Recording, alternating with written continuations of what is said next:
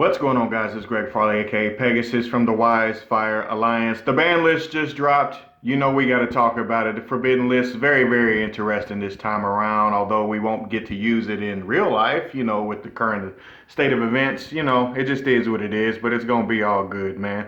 We still got online tournaments. Make sure you join ours on the Owl's Nest on Facebook. But anywho, back to the Forbidden List, we got Destrudo being one of the strongest hits on this list. Long overdue. We all knew the Steam, the Cloak, and Glow Bulb were going to go. I mean, that just is basically self-explanatory. They're two free off of Needle Fiber, and they still have the ability to double up, although we still have Jet Synchron being a thing. Also, we got to talk about Lunalight Tiger getting absolutely slaughtered. It went from 3 all the way to 0, just like Master Plan went from 3 all the way to 0. Both of these hits are intelligent. If you still want to play Spiral, I wouldn't say don't because of obvious changes later on in this list, but definitely Master Plan is a strong, and I mean a strong hit. Trust me on that. Lunalight Tiger, that deck annoyed the hell out of me, so I can't even be mad at it. It is what it is with that. It needed to go, and there's just so much stuff to talk about with that deck. Let's just leave that alone. Limited to 1 as of April 1st. 2020. We got to talk about the danger cards. Tsushinoko and Jackalope both needed to go. Now you're going to say, why wasn't that broken? It's not that they were that broken. It's that they always replace themselves. Whether with a card or with a special summon by itself, they're always going to replace themselves. So that's why they did that.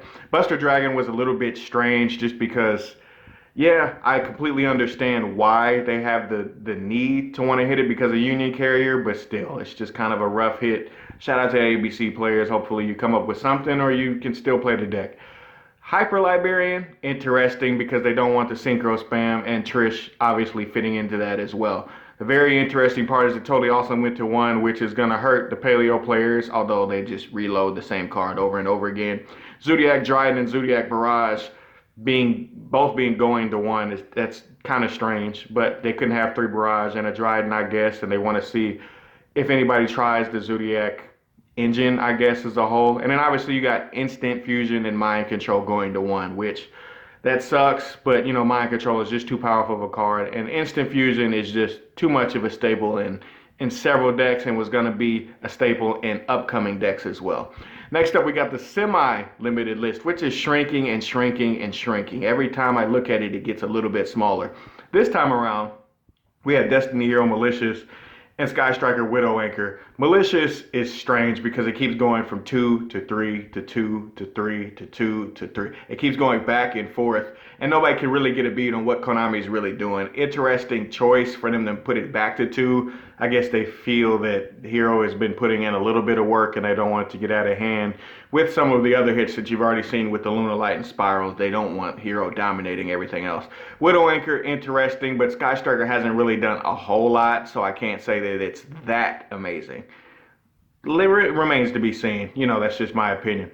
Last up, we got to talk about what's completely unrestricted. Deep Sea Diva coming to 3.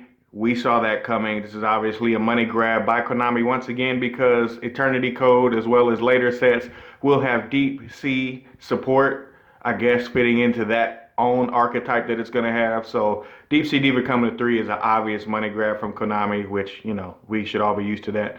Obviously, we got Sky Striker Drone. Lord have mercy. Spiral Drone coming to 3. And the Master Plan going away because of that. Maybe you can play the deck differently. Maybe Machine Dupe can go back in your deck if you want to play for that one target. I don't really know. I don't really see Spiral being played quite nearly as much just because of how unfair Master Plan was. And then last but not least, we got to talk about Necroface and Pot of Avarice. Pot of Avarice, I feel, doesn't really matter because, Avarice is Avarice. You don't have to worry that much about it resolving over and over again unless you're playing a deck like World Chalice, which can take advantage of it in that sense. Necroface is the very interesting one to round it all off because while it's not super amazing, it definitely has its own place in banished decks to be able to do something really, really nuts. Still feel like we're missing out on a few cards like Harpy's Feather Duster, but that's just my choice. I feel like this is a good list. It's a really, really simple list. Not that we can play it in real life that much, but that's pretty much all I got, guys. Make sure that you go to the Owl's Nest on Facebook. I'm going to say that over and over again. We still have a few more spots left in our open tournament where you can win full art cards from Zombie Queen, as well as plenty of Dimensional Guardians booster packs and some Layer of Darkness structure decks, and then a few other cards as well as later tournaments. Make sure you join the Owl's Nest on Facebook and then subscribe to Zombie Queen and Ben 10,000 of Yu-Gi-Oh! Because they're co-hosting it with me. I appreciate you guys for tuning in. This is Greg Farley, aka Pegasus from the Wise Fire Alliance. I'm signing out. YG, baby!